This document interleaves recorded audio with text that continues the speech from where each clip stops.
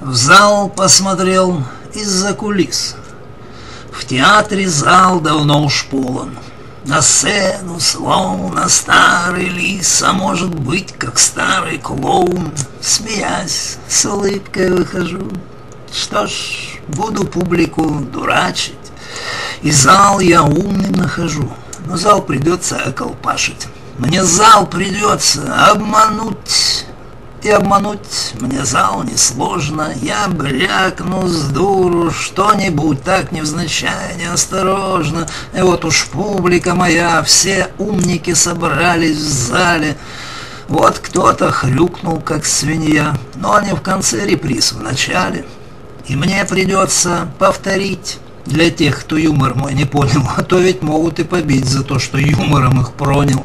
Ведь юмор — тонкая струна, он неожиданно, но рвется. Тогда беги, тебе хана, здесь ничего не остается. Взял ноги в руки и вперед.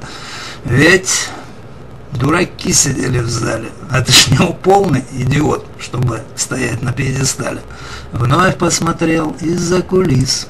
Остался в зале старый клоун, да еще рыжий старый лис, с ним по соседству Шерон Стоун. Смеясь, с улыбкой выхожу. Не буду этих тут дурачить, ведь зал прекрасным нахожу. Мы будем Шерон Стоун чудачить. Авторское чтение, стихи читал Сергей Копиев. Спасибо за внимание, удачи вам, до свидания. Заходите на мою страницу, если делать нечего будет. Удачи вам!